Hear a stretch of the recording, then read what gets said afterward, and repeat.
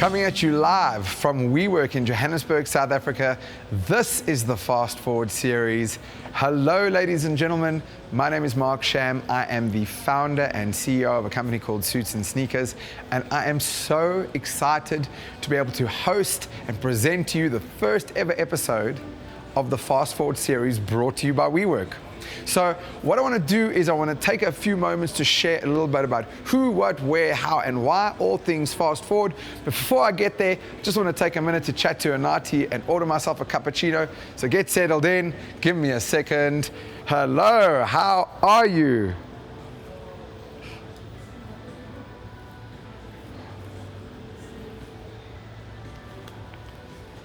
So as you see, this is quite something. We've gotten to know Anati for the last while. She's coming back at you a little bit later. She's deaf. We've started learning how to speak to her. Anyways, I'll come back to you in that in a moment. So I want to take just a minute or two to share a little bit about why we put the Fast Forward series together and a little bit what you can expect in the upcoming weeks, etc. So I personally am a WeWork member. I've been here for about 6 months or so, and I've absolutely loved my time. I can't say this enough. I love coming into work every single day. And with COVID and the way it's impacted my business, we've shifted into this world of webinar series. And I've been talking to WeWork for the last while to say, hey, let's create a webinar series that's incredibly well produced, but also focuses on the future of work. If you look at what happened in 2020 with COVID and how effectively the pandemic brought about the future, it fast forwarded us 5 or 10 years into the future with no notice. We thought we'd cover all things future of work, future of workplace, the future of learning, how technology impacts the future of work, you name it, we're going to be covering it in this series. So I'm so happy, I'm so excited that you've got to join us. I'm going to have a look. Thank you, I really appreciate it. Ladies and gentlemen, I'm going to make my way into the studio where we're going to get this thing moving. I hope you join us, I hope you get settled in. See you in a little bit.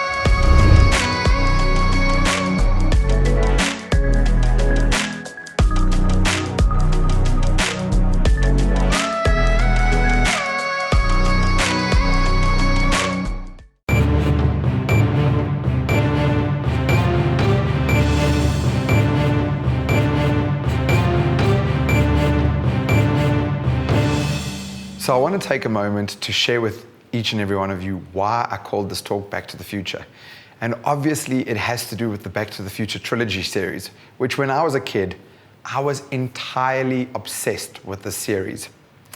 In particular, the second movie, the one where they go from the year 1985 to the year 2015, has always had a very nostalgic and sentimental place in my heart.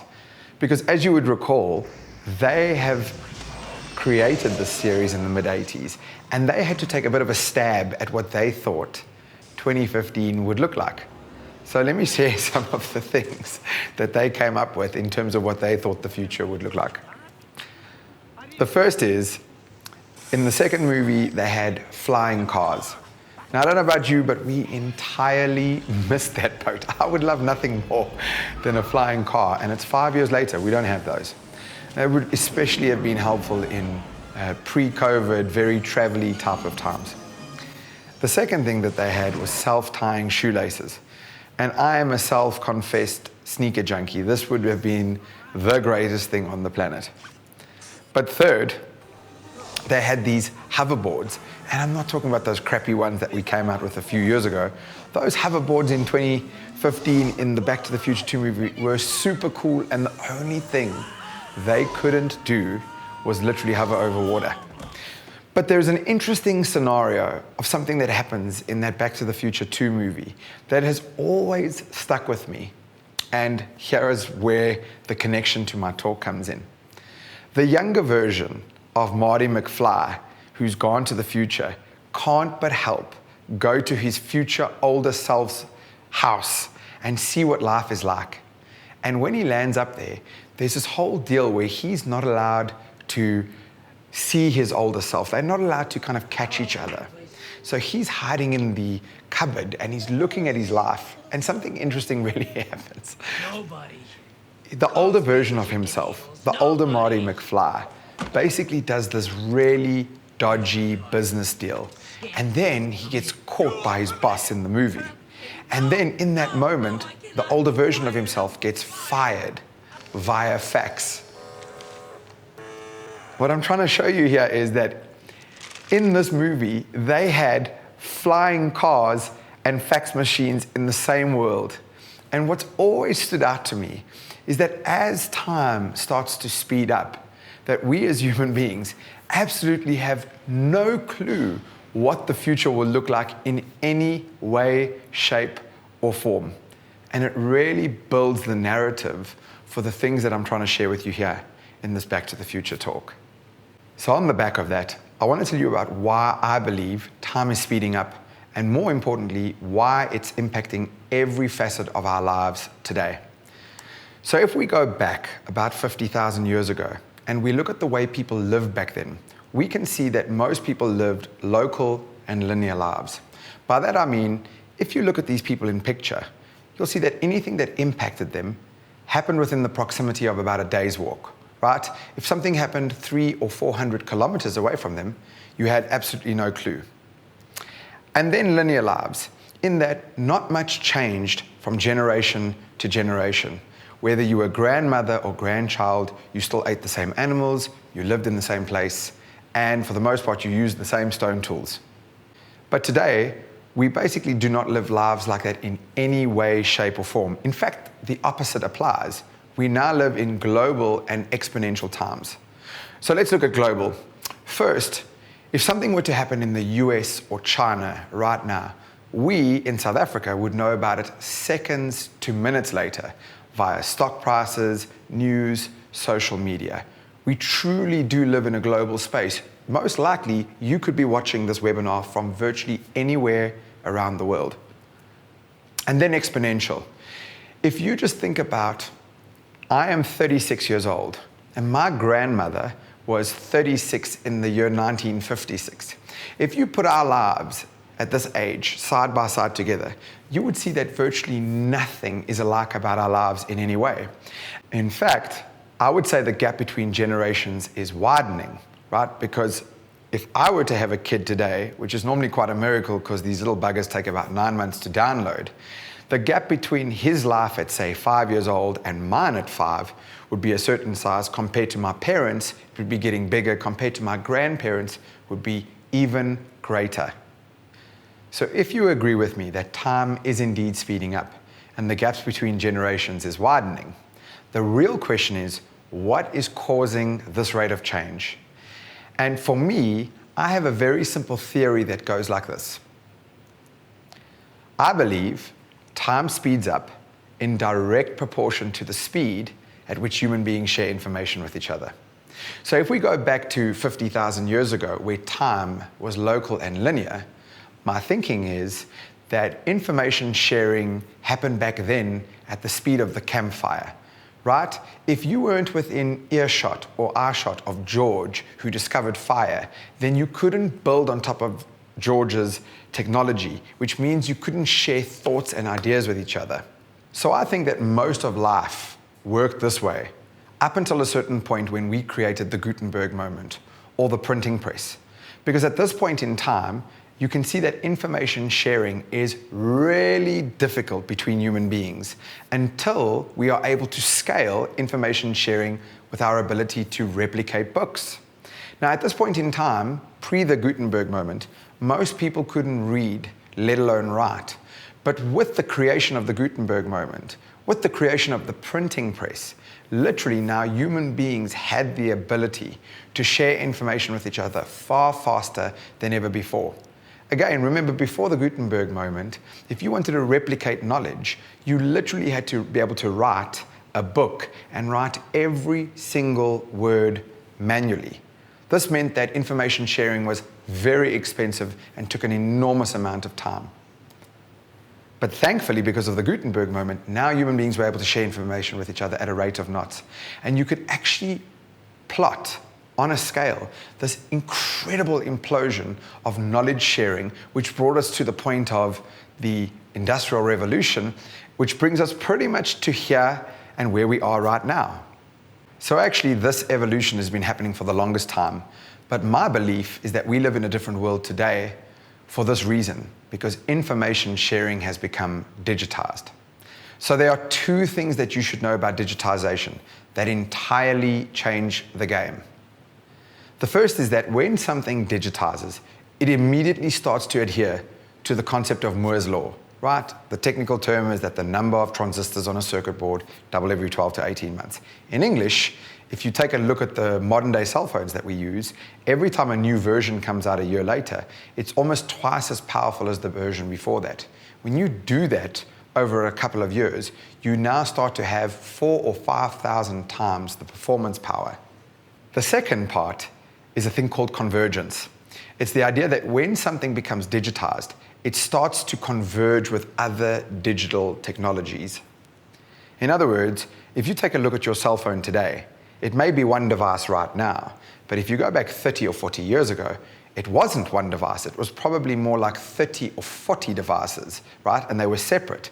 Separate cell phones, calculators, record players, map books, encyclopedias, etc. And so what happened was each of these items separately became digitized, started to adhere to Moore's law, and then start to converge on top of each other into this thing we call a phone, but now ironically the thing we do the least with it.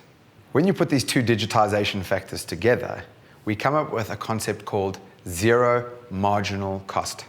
It's quite simply the idea that if you and I are sending WhatsApp messages to each other, we aren't worried about the number of characters we use in a text message. It goes one further. If you and I are taking pictures at an event or a party, we're not worried that there's going to be an increase in price every time we take a picture on our cell phone, because basically they're all about the same cost and they really are all free. Now you've got to understand, it's only in about the last 25 years that zero marginal cost has come into play, right? 25 years ago, and even today, if we print physical flyers, there's a unit cost per flyer, but there isn't a unit cost per read on a blog post on the internet. Zero marginal cost. In other words, what zero marginal cost has enabled is that now today we are sharing information with each other at the speed of the internet. And more importantly, we all have democratized access to all the information that humanity has ever created. Now, while this is absolutely incredible, it's also come at the cost on the other side. Because what's happening is that time is continuing to speed up. In other words, it's not just getting to a certain point and staying there at a really fast pace. We're going to see doublings upon doublings upon doublings. And human beings simply aren't built to deal with this rate of change. This is mainly because if you look at all the environments that human beings have ever evolved in, it looks much more like 50,000 years ago than this current format, which is the exponential rate of improvement that we're seeing the world change at. So I've been talking about time speeding up and exponential improvement, but I want to give you a literal example, and the best one I can give you is around hard drives. So what you're looking at right now is one of the first commercial hard drives we had in the mid-50s. Now, I've used the size of 5 megs because this is typically the size of a modern day picture taken on a cell phone. So for you to literally transport your selfie from office to office, you would need a cargo aeroplane and $120,000. Now you'll see if you fast forward a few years, the improvement was unbelievable. In 2005, we could suddenly fit 128 megs on our pinky for a fraction of the price in the form of $99. But when we look at just 9 years later, the improvement was another 1,000-fold, because we could literally fit 128 gigs on our pinky for about the same price. So that's an example of exponential change. And the reality is that while human beings aren't really well geared for this type of change, we could train people to understand it a bit better. But the thing I want to bring your attention to is this idea of convergence. And in my mind, it's the thing that really catches people when they're trying to think about the future. I want to take you back all the way to 1997, when the best then chess player of the world, Garry Kasparov, gets beaten by a piece of software called Deep Blue. Now, at the time, the entire world believed that it was impossible for man to be beat by machine. But what happened in reality is that man simply got out-processed by machine. So in this case, Deep Blue was literally able to work out all the potential moves on the chessboard and then literally out-process Garry Kasparov. And what we don't realize is this has actually been happening for the longest time. Right? Who would you put your money on in the 50s? Man or handheld calculator? So back to my example. At the time, 1997, IBM's Deep Blue literally lands up beating Garry Kasparov at chess, and the entire world explodes. They couldn't believe that this had happened. Now fast forward to modern day times, and what's amazing is that convergence has happened. In other words, we have this incredible piece of software called IBM ROS, and it's jumped many different sectors. This piece of software has now gotten into the legal space, and what it can do is it can analyze millions of documents within minutes.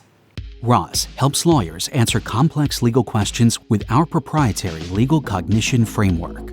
Legal cognition analyzes the relationships and meanings of words to understand the legal concepts they form, enabling ROS to read through millions of laws and find precise answers. The more questions and laws ROS reads, the smarter it gets. ROS Intelligence, enabling lawyers to do more than humanly possible. Also enabling lawyers to take a really long holiday, like for the rest of their lives. Why do I say that? Well, just a few years ago, the biggest law firm in the world, Baker Hostetler, literally removed 50% of its research department because they brought about the services of ROS. Now, can you imagine being one of the people who lost their jobs and they would have to go back to their parents and try to explain that they literally got replaced by a piece of software that started out in the world as a software beating the best chess player in the world and then converged into many different industries, now into the legal space, removing 50% of the research department at the largest law firm in the world? So what I'm trying to do is give you this idea that the thing that really catches us is convergence, that we don't typically look out into these other spaces to see where our threats could potentially come from. And I guess you could bring that through to drones, right? Most of us look at drones as these cute little flying cameras, but what we don't realize is with convergence, they can disrupt many more spaces. Here we have a drone being used by Amazon, and in a test case study that they did in the UK in 2016, this drone was literally able, from the point of purchase to delivery, to bring you your package in less than 13 minutes. When you think about it like that, the question you have to ask yourself is, if you look at the newer versions of this, what happens to transport companies? What happens to courier service and logistics companies when this goes from version 1 or 2 to version 10 or 20? Now, what you have here is a really crazy case of convergence with drones, where this specialized drone has a special type of refraction camera lighting system, and it's currently disrupting the farming space. So what is happening here is this specialized drone is able to go up into the air, and using GPS, it knows the boundary lanes of the farm that it's looking at. And it's looking down at the ground and literally able to work out which parts of the land is barren and which part is fertile, and then it wirelessly transfers that information to a driverless tractor that plants accordingly to the data that it sees. But in this case, what you're doing is using the drone to digitize a portion of farming. The question arises, what happens if we digitize the entire process and we replace traditional farming in this way? Globally, 1/3 of all the food that we produce does not make it to a person. Our current food system does a really good job of growing large volumes of food. What it doesn't do a very good job of is delivering high quality, nutritious product to all the people on the planet that need it.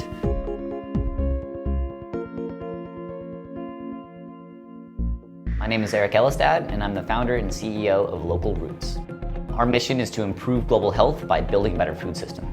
We're definitely creating a new generation of farmers. I got into Local Roots because I was really interested to see what California was doing about the drought and how we could secure our food. So Local Roots uses 97% less water than outdoor agriculture. So we have a main reservoir in the middle of the farm. These are our NFT channels, and the water will run through. The plants will absorb what they need, and then it'll get back into our sump tank, get cleaned out, and then go back into the reservoir to repeat.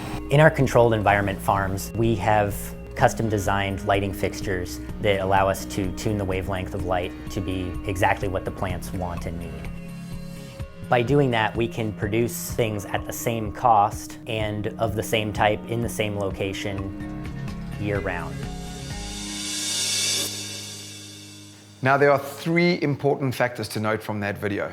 The first is that they can produce the equivalent yield of produce in that small container that would traditionally take 5 acres of farmland. And the reason that is because in that small container, they can do 22 crop turns per year as opposed to 3 in traditional farmlands. The second is you are drastically reducing the cost of transport. Traditionally, we plant produce far out where there's plenty space, and then we create enormous cost bringing it back inland. But with these containers, they can basically be set up almost anywhere, including on the rooftop of this WeWork building here in Sandton, Johannesburg. But 3, and most importantly, now as a traditional farmer, how would you ever be able to spot that the future threat to your business are electrical engineers who can tune the wavelength of light to give you Spanish avos in Stellenbosch? Literally, it would be impossible for traditional farmers to understand this threat of the convergence of all of these technologies coming together to disrupt their traditional industry. Okay, so if you're getting into the groove of this with me, then let's start to look at the convergence of other digital technologies and the impact that they can have on various industries. So, case in point, 3D printing. Most people look at a space like this and they're not too impressed with what we've come up with so far. But my thinking is that they're applying a linear mindset to this. So let's look at it from a different perspective. Now in this scenario, we are literally looking at 3D printing in the form of a small house, and this is version 1. In this picture, you're looking at 9 a.m. on day 1, followed by 9 a.m. on day 2. We have literally 3D printed a small house in less than 24 hours for under $5,000. But again, if you apply an exponential mindset and think to yourself, what does version 10 of this technology look like? What does exponential version 20 look like? The reality is that human beings simply cannot compete with this level of scale and efficiency in any way.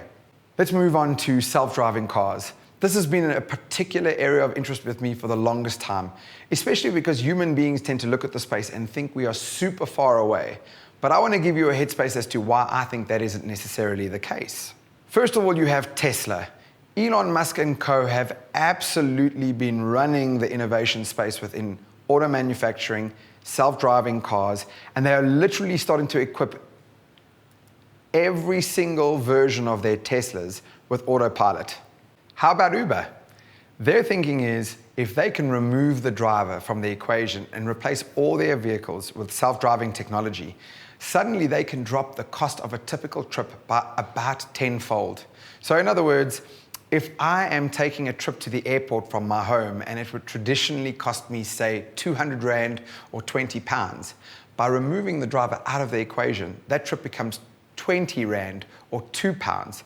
And if they use 100% renewable energy, that trip then goes to about 15 Rand or £1.50. What happens if we literally add these wireless charge pads in the road? This example comes from a test track in Germany. This car literally didn't have to stop for about 4 days. What happens if the cost of energy started to adhere to Moore's law? Since 1977, we've had a case of solar dropping 250-fold, so that in 2017, the average price or cost per kilowatt hour was 30 cents. The craziest part is, today in 2020, we're looking at a cost of about 2 or 3 cents per kilowatt hour. Imagine that incredible improvement in just 3 years. What happens if we have the ability to edit our genetics? What CRISPR-Cas9 enables us to do is almost recreate the control find, control replace functionality within a Word document, but just doing this with our genetics. So we can literally hand pick the tiny bit of genetics that aren't working so well and replace them with better DNA. What about the blockchain? If you ask me, it's 1996 again. Back then, the internet was clunky, it made a lot of noise when you used dial-up, it wasn't very fast, and in general, it was really just quite clunky. But the internet managed to go on and change the world as it progressed and it evolved and it just got better. If you think about all the change that the internet has brought about in the last 25 years, it's really come about as a result of connectivity.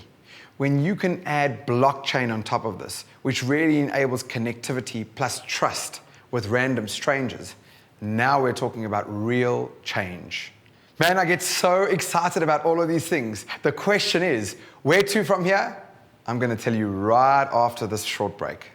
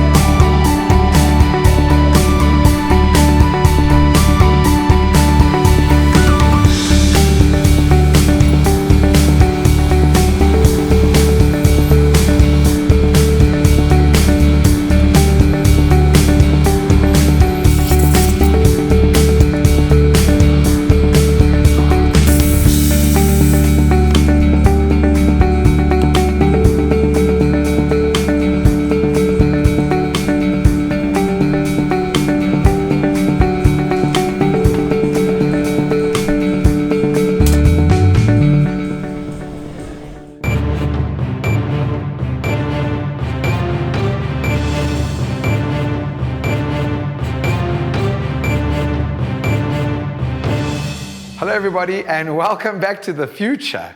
So for the last 20 minutes I've been trying to take you on a contextual journey, being that time is speeding up, that time will continue to speed up at an exponential pace that us as human beings, we're not very good at dealing with, and that this thing called convergence is the real tricky thing that kind of holds us back from predicting what the future of work and I guess life in general will look like.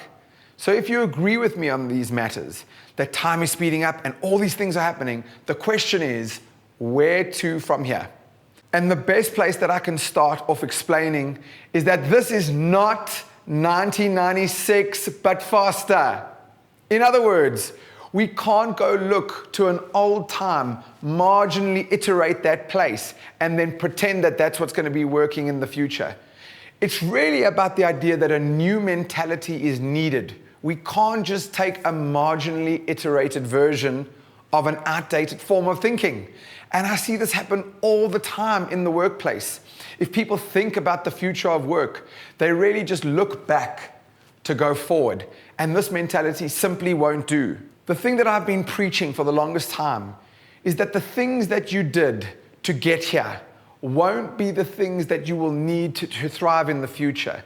And if that is indeed the case, then in order to move forward, we drastically have to adopt a new psychology of this new world. So I'd like to share some of the absolutely vital points that I've thought about the future of work and the future in general that I think will make a huge difference when it comes to reimagining the psychology that we need in order to thrive in the future. So the number one form of thinking that I've tried to adopt in being prepared for the future is this idea that I believe all adults need to become self-directed, continuous learners. Now, this is the very reason why I actually started Suits and Sneakers. In the very beginning, about 5 years ago, I was trying to get people to get the idea that as we prepare for the future of work and the future by and large, and if you agree with me that time is indeed speeding up, then every few years, you are going to require a brand new mindset, brand new skills. It's the idea that we can no longer go to university, get a degree, and then be set for the rest of our lives. If we are not continuously updating our methodologies, our mentalities, and our skill sets in terms of the world, we are simply not going to thrive in the future.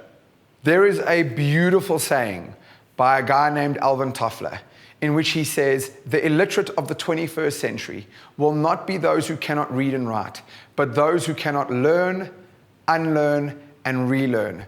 And this is a saying that I have absolutely started to live my life by. And I've seen that every modern day high achiever, every person who seems to be successful at the heart of business, gets this idea that they have to be self-directed, continuous learners that are able to learn, unlearn, and relearn. Now, the unlearning part is the real tricky part. Every high performer has the ability to learn and to continue learning, but it's the unlearning of our old habits, our old mentalities, etc., that just seems to get most people to come undone and unstuck, but really is going to be probably the greatest skill that will be needed in the future. It's not just about learning, but also constantly unlearning. And when you put those two together, you really get a form of wisdom that is so needed in this future world. If it is true that we simply cannot predict the future, then it's more about seeing ourselves as an app, our brains as an app that needs constant updating so that we are relevant no matter what is thrown at us. And I think about this all the time. You know, if we were to start using a Windows 95 machine again in 2020, it would just cause endless frustration, despite the fact that that piece of software was so incredible back in the mid-90s. But that's the point. If you got a degree in the mid-80s, that's not impressive to me unless you've continued to learn, unless you've continued to update the app. So I can't stress this enough. Your brain is like an app that needs constant updating, and it doesn't make sense to take 3 or 4 years gap to go back to the old model being university. This is not to say that formal education isn't powerful. In fact, I think it's brought about every valuable thing we have today. But in my mind, the future of learning for not only young people, but also adults, is very much centered around the balance of formal and informal learning. And when you put that together, it's really about knowing when to wear the suit and when to wear the sneakers. That's really going to help you thrive in this future to come. If you agree with me that human beings are incredibly bad at predicting the future, and if you agree with me that learning is probably the greatest asset that we can use to safeguard or ensure our relevance in the future, then I guess the other thing that we have to take note of is the symbiosis between man and machine. Really what I found is that human beings today, because of the pace at which the world is shifting, we tend to shy away from technology at times. We tend to have a mentality where we are scared of these things. And I get it. A lot of people might feel this fear because they feel like technology will take away jobs or disrupt their life at heart. But the truth is that in my mind, technology has been the massive enabler of abundance. And when you merge these two together, with man and technology, man and machine coming together, you get unbridled abundance in the future. To demonstrate this point, I want to share a little story with you about aluminium, because this story has always stuck with me to show you just how technology brings about abundance. So if we go back 500 years ago or more, we see that really important dignitaries would favor using aluminium knives and forks over gold versions, simply because aluminium knives and forks was such a rarity. It was so difficult to extract aluminium. But then with technological advances, what we did was, as human beings, we invented electrolysis. And suddenly we had this ability to use aluminium with a throwaway mentality. So the issue wasn't, did we have enough aluminium? It was, did we have enough technology to create the abundance within aluminium? This has also stuck with me that a few years ago, Cape Town experienced an incredible water shortage, which really blew my brain, because if you look at Cape Town, it's purely surrounded by water. So the question was, did we have a water shortage or did we have a technology shortage? And this really brings to mind my point that man and machine coming together creates enormous abundance. Further to my point, not only do we need the correct mentality as we focus on the symbiosis of man and machine, we need to think about the mentality that we as human beings need to have around the different types of intelligences that exist in the workplace. So if you go back almost 50 or 100 years ago, especially in the workplace, there was this huge predication toward IQ. The bigger or stronger your IQ was, the better we thought you were going to do in the workplace. And this is not to say that IQ isn't important. I think it's absolutely vitally important. But you could see in the early 2000s, we had the emergence of EQ, the ability to become socially aware of how to move within the space of work, spatially and intellectually and emotionally. And this really mattered. But these days, I think we're going to require a combination of three Qs coming together, with the third being AQ, or agility quotient. It's really the emergence of all three coming together, and it's that mentality that we so deeply need to foster within the workplace. Further to the mentality that is required for the future of work, I want to introduce this idea of laboratory versus factory thinking. Now, you've got to understand that post the Industrial Revolution, we have created a schooling system that has been centered around factory thinking. The literal primary school was created to answer the needs of the Industrial Revolution, and it almost took young people through a paint-by-number system that they moved through to be more effective in the future. But these days, because we have no clue what the future will look like, I believe the mentality that we have to instill deeply, not only in young people, but people in the workplace, is that of laboratory thinking. I'm not saying that process and structure isn't important. In fact, far from it. This is what has enabled us to create the efficiency and the scale within the world. But I'm also suggesting that alongside this mentality, we need a laboratory type mentality. What that resembles to me is a constant spirit of experimentation. The idea that you are going to constantly throw darts at the dartboard, observe and analyze the process, iterate it, wash, rinse, and repeat. The problem is that for most people today, we see failure as bad. We think of mistakes as something we want to totally avoid, and yet this is the only way we learn. It starts when you're at school and you get something wrong on your test. Every time that happens, the mentality is bad, mistake, wrong, not good. But the reality is if you are not constantly experimenting for a future that you have no clue what it looks like, you will simply never arrive in the first place. So we need some type of a semblance and balance between these two merging, where we have process and structure, but we value experimentation. But the key is to understand that most companies have an immune system that kicks out experimentation. It doesn't want to see any form of mistake happen whatsoever, and therein lies the break of the mentality. To illustrate this point, I want to share a quote with you by a good friend of mine named Alon Reyes that has always stuck with me and resonated with me so deeply. In fact, it's something that I try to live by every single day, And I've been studying this quote for the longest time. In it, he says, business at its core is just the exchange of value. There is no secret to business, just the constant discovery of what is valuable to whom, how to efficiently create that value, and how to widely communicate it. Now, for me, this perfectly explains the idea of laboratory thinking, because we're not trying to do what we've always done to thrive in the future. In fact, if you can understand the very knack, the very essence of value creation, the only way to constantly work out what is valuable to whom is to be constantly experimenting. And it actually moves us beyond innovation and disruption and much more toward the idea of following our customers' need states. And we're not scared then to transcend industry or product and service in order to fulfill that customer need state.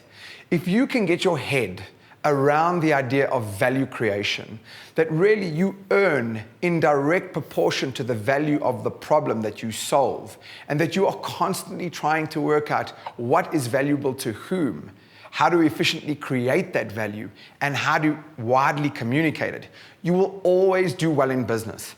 But that thinking needs a constant iteration mentality. It needs the idea that you are always going to be experimenting and always be throwing darts at the dartboard, which means that failure is inevitable. As long as you don't keep making the same mistakes over and over, then the lessons that come from those experiments are going to set you off so well into the future. The reality is we don't know what the future will look like, but we are constantly trying to test in order to work it out. So I want to share an incredible example that I heard about a few years ago that I guess illustrates so perfectly the future of work. And it comes down to this company called Capital One Bank in the US. Now, I don't know about you, but I've never had a joyous experience of walking into banking branches. And in this specific case, Capital One Bank were really trying to attack the younger, more millennial market. Now, for sure, they weren't going to do this by just modernizing their banking branches. They had to come up with an entirely different mentality, and that is exactly what they did. So, about 5 or 6 years ago, what they did was they took a whole bunch of their banking branches, I would say about 10 in total, and they revamped them to create a combination of co-working space, yoga studio, and coffee shop. Now, when they did this, the entire industry laughed at them. What are you doing? It went a little further, that your banker was also your barista, was also your yoga instructor. And when this came out, the entire industry ridiculed Capital One Bank because this was just so far out. No longer were they just in the business of banking. But here's the thing. Their thinking was so incredible from a laboratory perspective because what they were trying to do was add value to their customers' processes, being the millennials. So what they did is they gathered all these young entrepreneurs, maybe in the early startup stage, or just small businesses, and they would give them a space to work from, they would give them coffee, they would obviously give them yoga classes, but the idea was that they were constantly trying to add value. And even their salespeople were trained specifically not to create the hard sell, but just to try add value. In the end, this experiment was so successful, quite simply because if you're a young person, who are you going to bank with? A no-name bank that has never done anything for you, or a bank that at its core helps you every single day? Like I said, in the beginning, everybody in the industry laughed at them. When you look at what they've done with that spirit of experimentation, no one is laughing anymore. But really, even if other banks started to try copy them, they could only copy the idea, not the fundamental DNA of the idea of constant experimentation, which really leads back to my point of laboratory versus factory thinking. My last point is one that's really near and dear to me. I've been passionate about this idea for the longest time. The age-old question of what is it that we should be focusing on in business?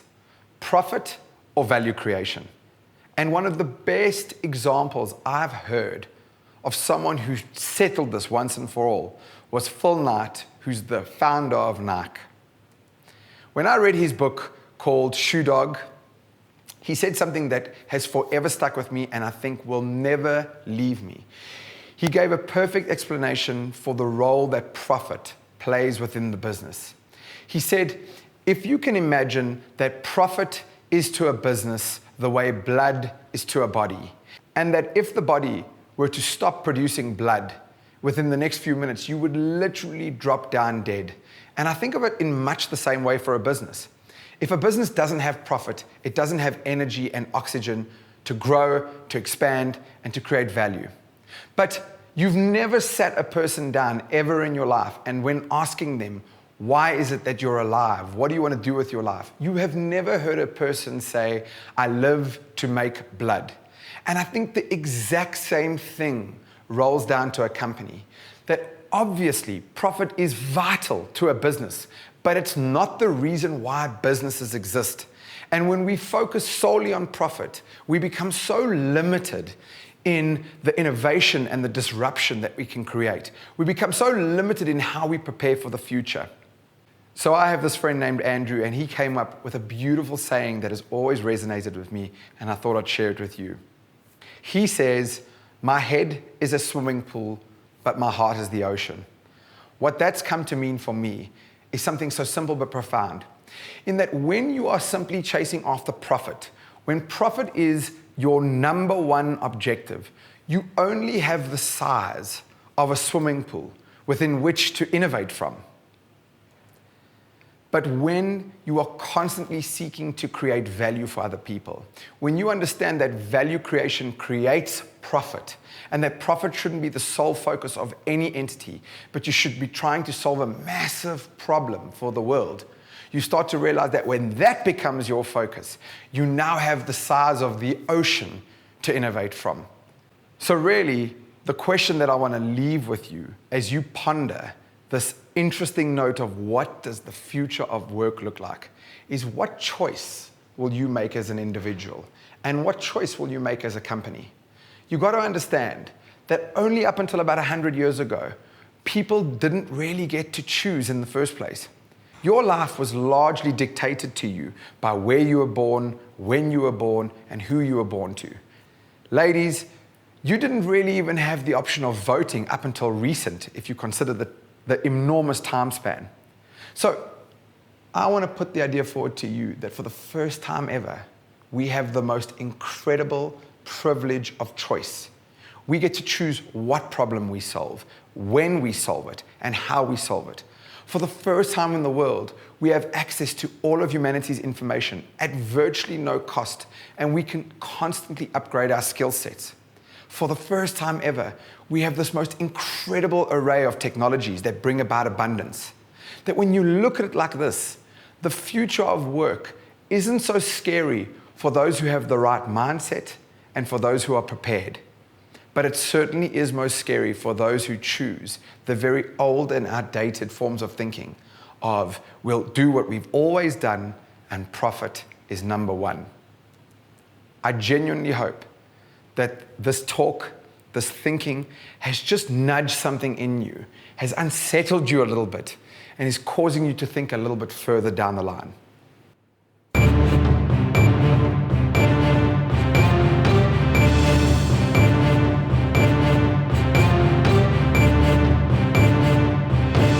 My name is Mick Adler from Humber Digital. In a nutshell, we're a design and development firm. Predominantly focusing on apps, games, websites, design work, graphic design, branding, etc., and then animation as well. I came to check out WeWork just because it's down the road, and I really liked the vibe and the atmosphere. So I came to check it out over here, and just loved it. Just absolutely fell in love with it. I think just from a aesthetics perspective, because I think it's the small things that you don't actually realize, but it really plays a big difference when you're actually working. The thing, if you think about the decor and the way things are set out and everything, and the coffee and the foosball machine, it's just the laid out environment. It's so nice because when you're especially when you have those crazy days, those hectic days, it's nice just to sort of feel mellow and bring it down. And also that meditation room as well. That's a big one for me. I love that room. I didn't have to get furniture, I didn't have to get a receptionist, I didn't have to get Wi-Fi. You literally just come here, you just find a desk, you work here, and that's it. It's easy. I think a big thing as well is the networking. I mean, that was kind of like, I was like on the fence, like, should I work from home, should I work from here? So I think we've already picked up about 3 clients from here. And I mean, the deal value sort of just exceeds the rent that we're paying. So it's more than paid for itself, which has been awesome. And I think the best thing about co-working in particular, and about WeWork, and just about this general space in the location, is just the scalability as well. So as soon as my team are comfortable coming back like into office, what I can just do is go from a 1 person to a 2 person to a 3 person to a 4 person to a 5 person. When you're dealing with 1,000 things in the day, just the office space, and it's just one less thing to deal with, which is awesome. I think within the next 3 to 5 years, I think a lot of it's going to be definitely co-working, even if it's going to be like temp co-working or whatever, because I just don't believe it's sustainable to work at home. These kind of situations, like your WeWorks of the world, they're definitely going to see a big boom, a big thrive. They're going to thrive when it comes to this, because I think just having the different plans as well, like the more diverse you're offering. I mean, if you can have like a designated desk, and then you can have it in a situation where you only pay for the days that you use, and then you have an office as well to keep the stuff in storage. If you have these like different plans, it just fits, because then you give employees the choice. You can say, okay, cool, do you want to come in? Cool, we'll give you a desk. Do you want to come in every, once a week, twice a week? Okay, cool, we'll give you a temp situation where we'll only pay for the days that you come in. And I think that's just the best way to do it. And I think right now we just have to be so conservative in terms of cash flow. It just makes the biggest sense.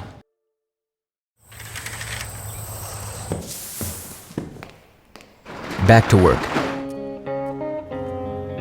Something we used to say without much thought. Now, it's never carried more weight.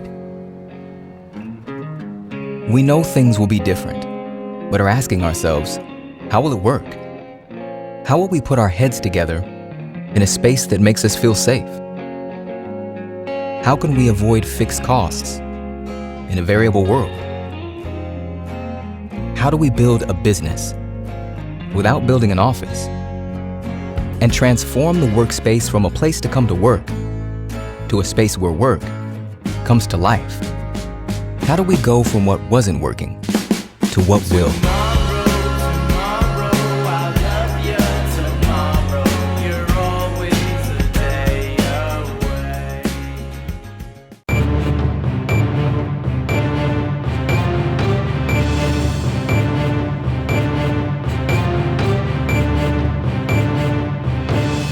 And that's a wrap, ladies and gentlemen. From me to you, I just want to say thank you so much for joining us today. Regardless of whether you are watching this live or as a replay, we want to thank you for joining us for the first ever episode of the Fast Forward series, which is a webinar series brought to you specifically by Suits and Sneakers and WeWork. We hope that you'll join us for the next episode, which is coming in the next few weeks, and we'll share more of the details for you. But I want to leave you with one last major call to action. Come book a tour. Come check out what the WeWork facilities are all about. I can personally tell you, as a WeWork member, I absolutely love being here. I would never put my name on something if I didn't. We just love coming to the office every day, the team and I, and genuinely, I can't think of a better place to spend your time working, being part of this community, sharing in the amenities. It's genuinely worth, at the very least, booking a tour to come check out what all the fuss is about. Until next time, see you soon.